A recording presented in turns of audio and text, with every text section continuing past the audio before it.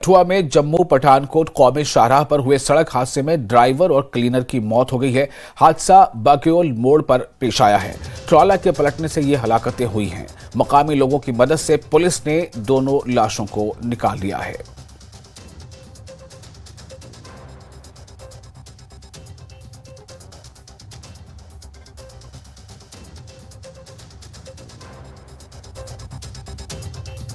और शनि मंदिर के पास हुआ ये हादसा, बड़ा दुखदायक हादसा हुआ। ये दो बंदों की डेथ हो गई। बड़ी मुश्किल से उनकी बॉडी निकाली हमने। तो हमारे पड़ोसी कोई भाई बता रहे थे कि कोई 12:30 के करीब आवाज़ आई थी। तो हम उन लोगों को यार ये कहना चाहते हैं कि अगर कोई कहीं भी कोई शक पड़े तो पुलिस को इन्फॉर्म करें। अगर शायद 12 बजे 12:30 बजे हमें पता चलता तो शायद ये बचा भी लेते हम। सर हमें यही लगता है इसको नींद लगी होगी, नींद का झोंका लगा होगा, बस उसी की वजह से ये हादसा हो गया। हम और ड्राइवर भाइयों को ये रिक्वेस्ट करते हैं हाथ जोड़ के, अगर आपको नींद लगी हो तो यार गाड़ी साइड पे हाथ मुँह धो लें, मतलब लेट लें, रेस्ट कर लें, उसके बाद ही गाड़ी चलाएं, ताकि आपकी जान भी बड़ी कीमती है। आपके पीछे भी फैमिली है और आपकी वजह से किसी और की जान ना जाए। बड़ी मुश्किल से बाहर निकाला हमने। PCR फ़ोन किया और पुलिस आई, फिर हमने उनको साथ लेके निकाला भाइयों को बाहर। 2 बॉडीज थी। बड़ा दर्द हुआ। तुरंत पहुंच गए हम लोग। दो थे। वादी कश्मीर के स्कूलों के औकात में तब्दीली आज से की गई है। बदलते मौसम और सर्दी की आमद के पेश नजर औकात में तब्दीली की गई है। श्रीनगर म्युनिसिपल हदूद में स्कूल 10 बजे से दोपहर 3 बजे तक खुलेंगे, जबकि श्रीनगर हदूद के बाहर के इलाकों में स्कूलों का नया वक्त 10:30 बजे से दोपहर 3 बजे तक है। और फोन लाइन पर हमारे साथ जुड़ चुके हैं सरोज इस बारे में ज्यादा जानकारी के साथ। सरोज, ये जो स्कूल के औकात में तब्दीली है ये क्यों है और इसका असर क्या पड़ेगा? जी बिल्कुल विशाल, जैसा अभी आप कह रहे थे, टाइमिंग जो है वो डायरेक्टरेट ऑफ स्कूल एजुकेशन ने अब चेंज कर दी है। पहले 9 से 2 बजे तक टाइमिंग हुआ करती थी, अब 10 से 3 तक हुई है। और 10 से 3 तक की वो स्कूल है जो श्रीनगर म्युनिसिपल कॉर्पोरेशन के महदूद में आते हैं, उनकी वेनिटी में आते हैं, उनके वार्ड में आते हैं। श्रीनगर म्युनिसिपल कॉर्पोरेशन के वार्ड से बाहर आपका स्कूल है तो आपकी टाइमिंग 10:30 से 3:30 की होगी। और इसकी खास वजह यह है, आपने देखा होगा विशाल कि अक्सर जो ही यहाँ पे विंटर सेशन स्टार्ट होता है, आज 1 नवंबर है, कहीं ना कहीं मौसम में भी अभी तब्दीली आ चुकी है। तो ये एक खास वजह है, क्योंकि सुबह सुबह यहाँ पे कोहरा रहता है, बच्चों की धुंध होती है, तो बच्चों का सुबह निकलना थोड़ा सा डिफिकल्ट हो जाता है। और उसके मजीद आप देख रहे होंगे दरबार मूव जो है, जैसे श्रीनगर में समर कैपिटल जैसे कहा जाता है और जम्मू को विंटर कैपिटल कहा जाता है, तो दरबार मूव भी अब आहिस्ता आहिस्ता शिफ्ट हो रहा है। और खासकर समर्स में टाइमिंग जल्दी इसलिए होती है क्योंकि दरबार मूव और ऑफिस टाइमिंग के साथ क्लैश ना हो जाए टाइम। तो अब जाके आपने देखा होगा डायरेक्टर ऑफ स्कूल एजुकेशन ने कल ही एक ऑर्डर पास किया था जिसमें उन्होंने लिखा है कि 10 से 3 बजे तक म्युनिसिपैलिटी के महदूद में जो म्युनिसिपैलिटी के जो लिमिटेशन में स्कूल्स आते हैं वो टाइमिंग रहेगी 10 से 3, और 10:30 से 3:30 तक जो म्युनिसिपैलिटी वार्ड से बाहर स्कूल हैं वो रह रहे हैं। जी बहुत शुक्रिया आपका सरोज तमाम जानकारी के लिए। और अगली खबर, टनमर्ग के वायलू करालपुरा गांव में मंगल की शाम मुश्तबा मिलिटेंटों ने जम्मू कश्मीर पुलिस में तैनात हेड कांस्टेबल गुलाम मोहम्मद डार पर घर के बाहर नजदीक से गोलियां चलाकर उन्हें शहीद कर दिया। इस हमले में वो शदीद तौर पर जख्मी हो गए। उन्हें टनमर्ग अस्पताल पहुंचाया गया, जहां डॉक्टरों ने उन्हें मुर्दा करार दे दिया। मालूम हुआ कि गोलियों की आवाजें सुनते ही आसपास के लोग घरों से बाहर आए और जख्मी पुलिस एहलकार को इलाज के लिए नजदीकी अस्पताल मुंतकिल किया। ताहम वहां पर तैनात डॉक्टरों ने उन्हें मुर्दा करार दे दिया। बताया जा रहा है कि हेड कांस्टेबल के जिस्म में 5 गोलियां पेवस्त हुई हैं, जिसकी वजह से उनकी मौके पर ही मौत हो गई। गुलाम मोहम्मद डार श्रीनगर DSP DR की रीडर के तौर पर तैनात थे और ड्यूटी से घर लौटे थे। टनमर्ग अस्पताल से उनकी लाश को डिस्ट्रिक्ट पुलिस लाइंस बारामूला ले जाया गया, जहां पर उन्हें गुल्हाए अकीदत पेश किया गया। इस मौके पर DIG नॉर्थ, SSP बारामूला और दीगर अफसरान मौजूद थे। बाद में उन्हें करालपुरा वायलू पहुंचाया गया, जहां उनकी तजहीज़ व तकफीन हुई। गुलाम मोहम्मद डार की मैयत जम्मू जैसे ही जब वो घर पहुंची, गुलाम मोहम्मद डार की मैयत जब घर पहुंची तो यहाँ सफ़ मातम बिछ गई थी। वाज़ेह है कि गुलाम मोहम्मद डार 7 बेटियों की बाप है। इस तरह 7 बेटियां अपने वालिद के साए से महरूम हो गई हैं। ये वाक़ा पेश आने के बाद सिक्योरिटी फोर्सेज ने पूरे इलाके को मुहासरे में लेकर हमलावरों की बड़े पैमाने पर तलाश शुरू कर दी है। वाज़ेह है कि पिछले 3 दिनों के दौरान पुलिस ऑफिसर, गैर रियासती मजदूर और अब हेड कांस्टेबल को मिलिटेंटों ने निशाना बनाया है। मिलिटेंट हमलों में गैर मामूली इजाफे के पेश नज़र वादी में हाई अलर्ट जारी कर दिया गया है।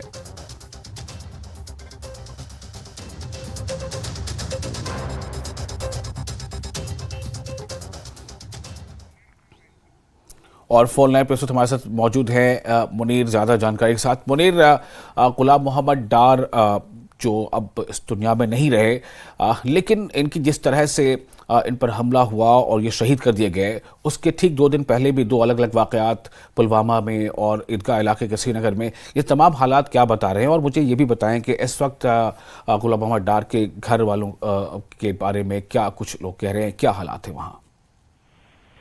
देखिए विशाल, ये जो वाक़ा कल शाम में पेश आया है, और क्योंकि उस वक्त भी खौफ और दहशत का माहौल था उस पूरे इलाके में और लोग सहमे हुए थे, क्योंकि जब गुलाम मोहम्मद डार को अपने ही घर के गेट के बाहर ही मिलिटेंटों ने गोलियों का निशान बनाया है, तो उसको लेकर लोग जो है खौफजदा है। और जो घर वाले हैं, और क्योंकि ये पहले भी हमने बताया कि ये 7 बेटियों के वालिद थे, और क्योंकि एक ही बेटी की उनकी शादी हुई थी और अभी 6 बेटियों की शादी बाकी थी, और घर में सारा इलाका जो है वो मातम कुना है और काफी मातम है वहाँ पे। और क्योंकि कल जब बारामूला उसकी लाश को गुलाए अकीदत पेश करने के लिए वहाँ पे ले जाया गया, उसके बाद करीबन रात के 1 बजे ये उनकी मैयत जो है वो वहाँ आबाई गाँव में पहुँचाई गई। उसके बाद उन्हें तजवीज़ तकफीन के बाद उन्हें सुपुर्द खाक किया गया है। तो अब आज के दिन हम देख सकते हैं, क्योंकि बहुत सारे पुलिस ऑफिसरान और सियासी लीडरान हो सकता है वो उनके घर का दौरा कर सकते हैं, क्योंकि कल हमने भी बताया था, क्योंकि कल शाम से ही सिक्योरिटी फोर्सेस ने पूरे इलाके को मुहासरे में कर रखा है और बड़े पैमाने पर तलाशी कार्रवाइयाँ और सर्च ऑपरेशन जारी की गई है, और लोगों से पूछताछ की जा रही है, कुछ नौजवानों से पूछताछ की जा रही है, और ऐसे जो मिलिटेंट्स हैं उनकी सुराग लगाने के लिए कोशिश की जा रही है सिक्योरिटी फोर्सेस की तरफ से। क्योंकि जब गुज़श्ता कई रोज से जो वाक़ात पेश आए हैं श्रीनगर में, पुलवामा में, और इस सिलसिले में बहुत ये अब चैलेंज बन चुका है सिक्योरिटी फोर्सेस के लिए भी, क्योंकि अब मिलिटेंसी में अचानक ये जो उनके नमूदार हुए हैं मिलिटेंट और उनकी मौजूदगी का जो एहसास सामने आया है, तो उस सिलसिले में हाई अलर्ट कर दिया गया है। सिक्योरिटी ने हर जगह नाके लगा रखे हैं। कल भी हमने देखा है शाम के औकात हर जगह जो उसके आसपास इलाके हैं, महापट्टन है, मागाम है, कुंजर है, हर जगह नाके लगा रखे थे आर्मी, पुलिस और सीआरपीएफ ने, और गाड़ियों की तलाशी ली जा रही थी। तो कुल मिला के ये देखना है कि जो ये वाक़ा पेश आया है, क्योंकि अब पुलिस एहलकार जो घर छुट्टी पे आ रहे थे, क्योंकि श्रीनगर से ये घर आ रहे थे, और घर के बाहर ही ऐसा लग रहा है कि उनके जो साथ में बैठे मिलिटेंट थे वो और घर के सामने, तो उन्होंने उनको गोली का निशाना बनाया है। जी विशाल। जी मुनीर, जैसा आपने बताया कि उनके जो अफराद खाना हैं उनमें से आपने बताया कि उनकी जो औलादें हैं वो 7 बेटियां हैं, और ऐसे में एक सवाल ये पैदा होता है कि आखिर इन बेटियों की अब जो परवरिश है या उनकी जो पढ़ाई लिखाई है, वो तमाम ख़र्चे हैं या बहुत तमाम ज़रूरियात हैं, ज़ाहिर है कि ये बहुत बड़ा सवाल खड़ा कर रहा है अपने आप में। तो क्या कह रहे हैं लोगों की ज़बान पे क्या है कि आखिर इस तरह के हालात, और कौन से ऐसे लोग हैं जो ऐसे लोगों को कहीं ना कहीं सपोर्ट करते हैं, जो जब चाहे किसी बेगुनाह का कत्ल कर देते हैं और उसके वजह से पूरी जो फैमिली उसे सफ़र करना पड़ता है। ये किस तरह की बातें हो रही हैं, कैसे ये चीज़ें ख़त्म होंगी? देखिए विशाल, बड़ा अच्छा सवाल आपने पूछा है, क्योंकि कल भी हम देख रहे थे हर एक की ज़बान पे यही है कि ये बेगुनाह लोग जो है उनका कत्ल किया जा रहा है। और क्योंकि आप 6 बेटियों के 7 बेटियों के वालिद जो है, आप ये उनका साया जो है, इन बेटियों का साया जो अपने वालिद से उठा है, और हर कोई कहता है कि ये कत्ल गारतगरी जो है ये बंद होना चाहिए है, क्योंकि जो लोग जो है आप सुकून से रहना चाहते हैं, अमन से रहना चाहते हैं। क्योंकि जब हम देखते थे हर कोई ये चाहता है कि यहाँ कश्मीर में अमन के हालात, अमन की फजा कायम हो, तो इस सिलसिले में कोई नहीं चाहता कि ये कत्ल गारत जारी रहे। कि हर कोई कहता है इसका कोई ठोस मुतबादिल और इक़दाम उठाने की ज़रूरत है और इस पर कदम लगाने की ज़रूरत है, ताकि जो ये हालात है इन हालात पे रोकथाम किया जाए। क्योंकि कल भी जब नए जो दिलबाग सिंह ने भी उसमें बाज़ाब्ते तौर पे कहा कि एक अभी होशियार रहने की ज़रूरत है, और अब अभी भी चैलेंज बरकरार है, अभी भी चैलेंज बाकी है, और उसको लेकर ये बड़ा अलमिया है। क्योंकि अब इस तरह के हालात, चाहे गैर रियासती मजदूर हो उनको बेगुनाह मारा जा रहा है, या ऐसे पुलिस अफसरान हैं जो घर में ड्यूटी आते हैं, घर आते हैं ड्यूटी करके, तो उन पे ये हमला किया जाता है। तो ये बड़ा अलमिया है, और इसमें लोग भी अब चाहते हैं कि ये खूनरेज़ी जो है इसका खात्मा होना चाहिए। जी बहुत शुक्रिया आपका मुनीर तमाम जानकारी के लिए। और एक और अहम खबर, आज करवा चौथ है। विवाहित महिलाएं पति की लंबी उम्र के लिए व्रत रख रही हैं और करवा चौथ के त्योहार को लेकर कठुआ के बाजारों में भी महिलाओं की भीड़ देखने को मिली। महिलाएं बाजार में खरीदारी करती और हाथों में मेहंदी लगवाती नजर आई। महिलाओं ने कहा कि उनके लिए ये अहम त्योहार है जिसका उन्हें साल भर इंतजार रहता है।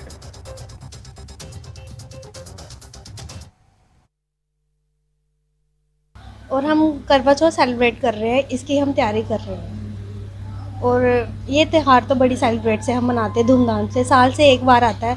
तो इस त्यौहार की हमें बहुत बेसब्री से इंतजार होता है। शॉपिंग करनी है, बैंगल्स वगैरह लेनी है और देनी भी होती है। त्यौहार देने भी चाहते हैं अपने रिलेटिव को, बस मेहंदी वगैरह लगवाओ, ये वो सब कुछ सेलिब्रेट करते हैं। ये त्यौहार तो हमें हर साल, हम चाहते हैं कि हर साल सेलिब्रेट करें।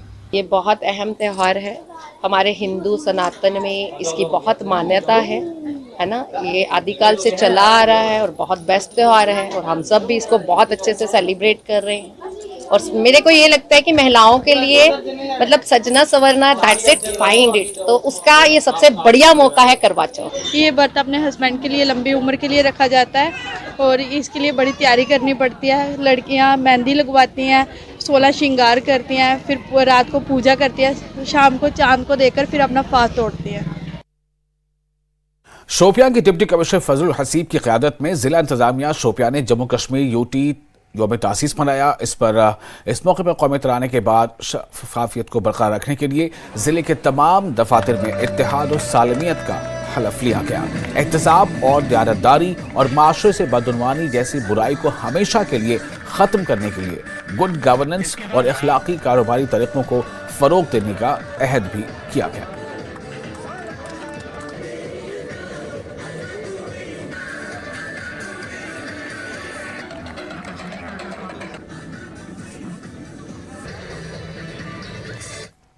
और सदर जमहूरिया द्रौपदी मुर्मू का लद्दाख दौरे का आज दूसरा दिन है। यूटी हुकाम से करेंगी मुलाकात।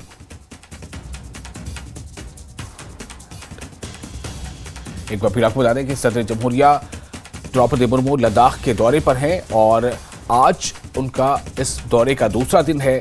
अपने इस दौरे के दौरान ऐसा समझा जा रहा है कि सदर जमहूरिया यूटी लद्दाख की हुकाम से मुलाकात करेंगी।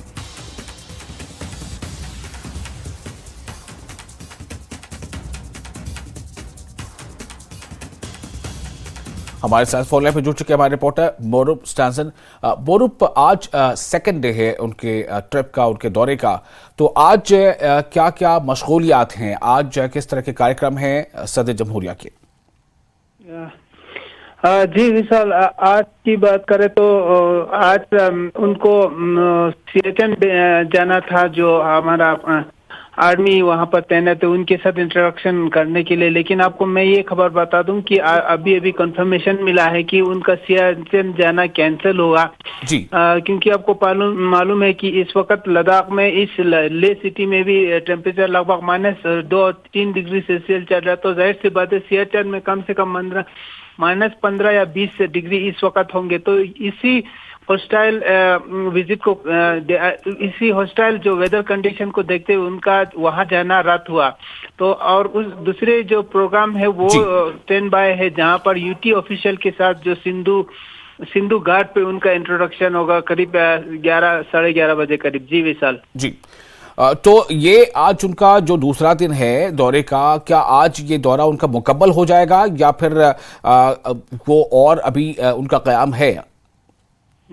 जी विशाल, मैं आपको बता दूं कि आज से उनका जो दूसरा दिन है, आज के दिन वो जो सिंधु घाट पे जो यूटी एडमिनिस्ट्रेशन के ऑफिशियल्स होंगे, उनके इंट्रोडक्शन के बाद वो दिल्ली रवाना हो जाएंगे। तो आज दूसरा दिन जो उनका जो दौरा, लद्दाख का दौरा, आज समाप्त हो जाएगा। जी विशाल, बहुत शुक्रिया आपका मौरूफ तमाम जानकारी के लिए।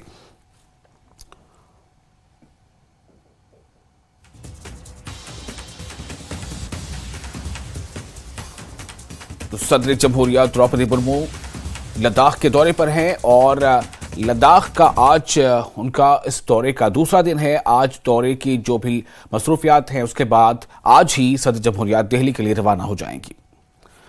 अगली खबर तहसील इंतजामिया रफियाबाद ने SDRF के ताउन से government higher secondary school Dangiwacha Rafiabad में आगाही और तरबियती प्रोग्राम का इनेकाद किया। तहसीलदार डनकी वाचा सज्जाद रसूल शाह के अलावा दीगर अफसरान, तलबा, असातिज़ा, PRIs और इलाके के सरकर्दा शहरी मौजूद रहे। SDRF और फायर एंड इमरजेंसी सर्विस के माहिरीन ने डिजास्टर मैनेजमेंट और आफात के दौरान की जाने वाली एहतियाती तदाबीर के बारे में आम लोगों में बेदारी की जरूरत पर रोशनी डाली ताकि कीमती जानों को बचाया जा सके। माहिरीन का कहना है कि SDRF मुख्तलिफ स्कूलों में नौजवानों को तरबियत दे रहा है। इसके अलावा आम लोगों को भी इस बारे में आगाही दी जा रही है कि उन्हें किसी भी आफत का सामना करने की सूरत में किस तरह काम करना चाहिए। बस इस तरह से रख देना, ये एक सुराख कर देगा इतना बड़ा इस इक्विपमेंट से, पूरे कमरे को मैं सर्च कर सकता हूँ। इस इक्विपमेंट से करना है, मैं अगर इक्विपमेंट से कर रहा हूँ, आप लोगों को मैन्युअली करना है।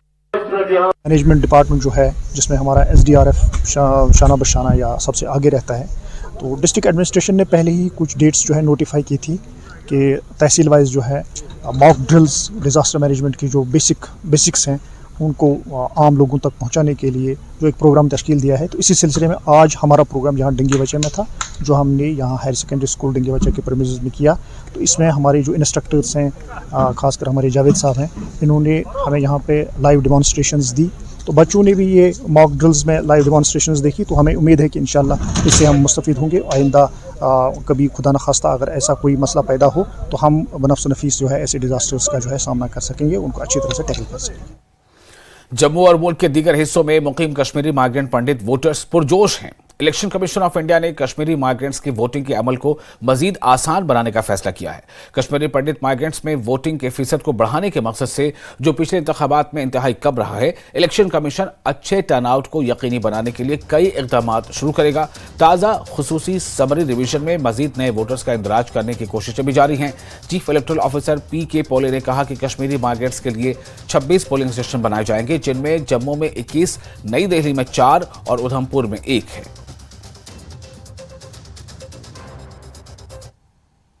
माइग्रेंट 3 प्रकार से वोटिंग कर सकता है।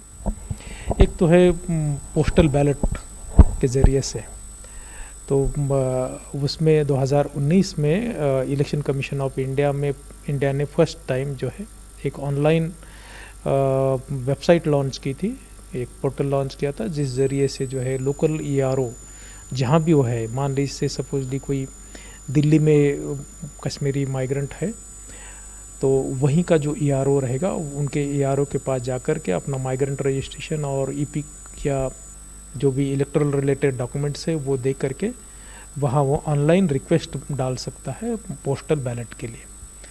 दूसरा है एम फॉर्म के ज़रिए से। एम फॉर्म मतलब ये है कि जो 30 स्पेशल पोलिंग बूथ्स बनाए जाते हैं, जिसमें दिल्ली में 4 है, उधमपुर में 1 है और बाकी 21 जो है जम्मू में है।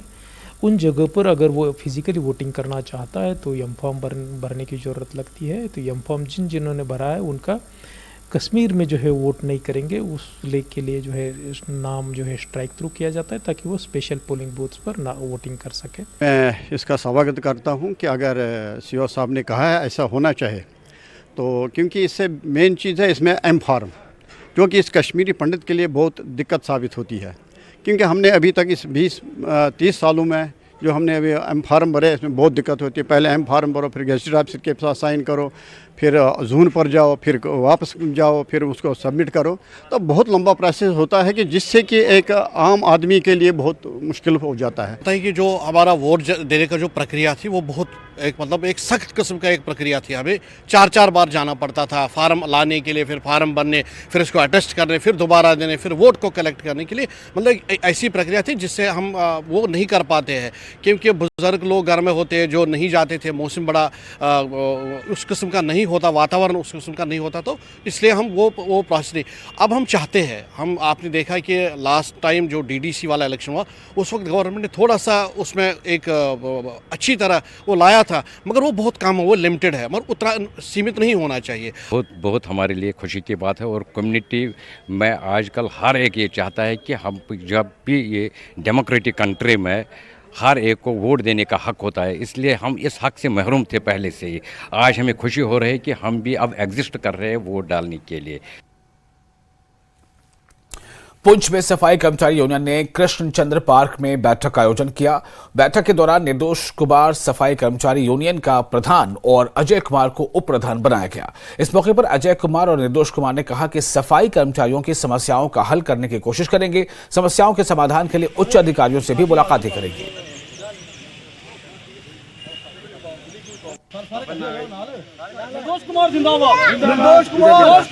सफाई कर्मचारी कमी के बिना भी हम उस कमी होते हुए भी हमने इतना सफाई का पुंछ में अच्छा रखा, पुंछ डिस्ट्रिक्ट में अच्छा रखा हुआ है।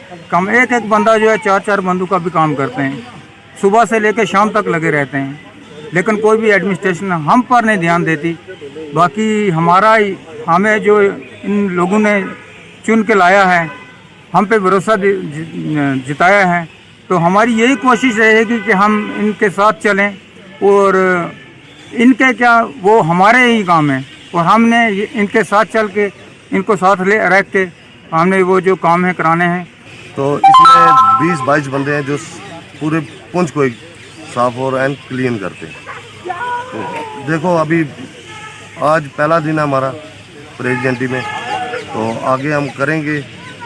कल तो मिलेंगे अपने सीईओ साहब से बात करेंगे, फिर डायरेक्टर ऑफिस भी जाएंगे, उधर भी बात करेंगे कि हमें कुछ ना कुछ बंदे 5, 10, 15, 20 बंदे दो जो हमारे साथ थोड़ी। और रिलायंस इंडस्ट्रीज मुंबई में आज भारत का सबसे लग्जरी मॉल जियो वर्ल्ड प्लाजा खोल रही है। 7.5 लाख वर्ग फुट एरिया में फैला यह मॉल मुंबई के बांद्रा कुर्ला कॉम्प्लेक्स में मौजूद है। रिलायंस इंडस्ट्रीज लिमिटेड की डायरेक्टर ईशा अंबानी की देखरेख में इस मॉल का संचालन होगा। ये मॉल सिर्फ देखने में ही लग्जरी नहीं बल्कि यहाँ मिलने वाली चीजें भी काफी लग्जरियस होंगी। इस मॉल में बैलेंसियस, कातिये, लुई विंतो, वर्साची, वैलेंटिनो, मनीष मल्होत्रा, अबू जानी, संदीप खोसला, पॉटरी बॉर्न, कुच्ची जैसे तमाम महंगे ब्रांड देखने को मिलेंगे। लॉन्च को लेकर रिलायंस इंडस्ट्रीज लिमिटेड की डायरेक्टर ईशा अंबानी ने बताया कि जियो वर्ल्ड प्लाजा का मकसद दुनिया के बेस्ट ब्रांड्स को भारत में लाना है। इसके अलावा इसके जरिए भारत के शिल्प कौशल के ब्रांड्स को हाईलाइट भी किया जा सकेगा। जियो वर्ल्ड प्लाजा का डिजाइन अमेरिका की मशहूर आर्किटेक्चर और डिजाइन फर्म टीवीएस और रिलायंस टीम ने मिलकर बनाया है। संगमरमर से बने फर्श, ऊंची छतें और शानदार रोशनी से जगमग मॉल देखने में बेहद आकर्षक होगा। मॉल में शॉपिंग से लेकर मल्टीप्लेक्स थिएटर और बेहतरीन रेस्तोरां भी शामिल हैं। प्लाजा की स्ट्रक्चर कमल के फूल और प्रकृति से प्रेरित है।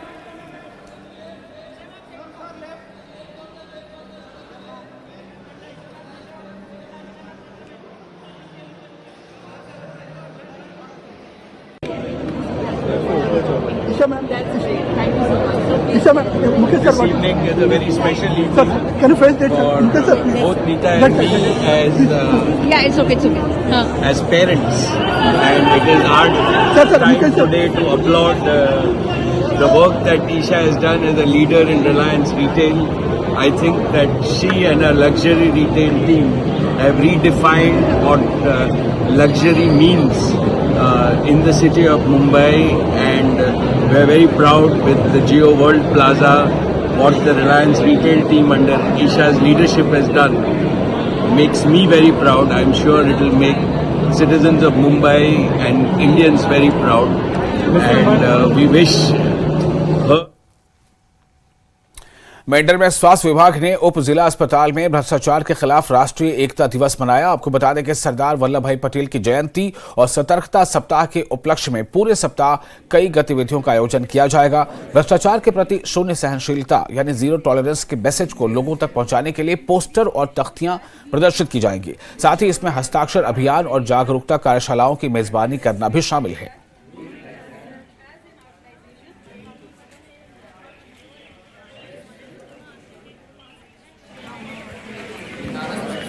Of our country and social progress of our country, such as government, work together to equality, led by example, place safeguards. हमने ये डे सेलिब्रेट किया है because today is birth anniversary of Sardar Vallabh bhai Patel. आज का डे हमने इसलिए सेलिब्रेट किया ताकि हम अपने स्टाफ को, बाकी सब लोगों को अवेयर कर सकें, और हमने प्लेज लिया है कि हमें कोई करप्शन नहीं करना है, ना ही हमें ब्राइब लेनी है, ना ही ब्राइब देना है, और टाइम पे अपनी ड्यूटी पे आना है। और अपने सारे काम करने हैं। Thank you. ये गवर्नमेंट के ऊपर से डायरेक्शंस हैं कि हम सब एम्प्लॉइज़ ने, अपनी सभी ऑर्गेनाइजेशन ने अपना एंटी करप्शन और हमारी यूनियन टेरिटरी के साथ UT of J&K with government of India के साथ जो हमारा इंटीग्रेशन है वो सेलिब्रेट करना है। तो उसी के सिलसिले में आज हमारी प्लेज थी और हम सब ने यहाँ लेके बैठ के इधर इकट्ठे प्लेज ली है।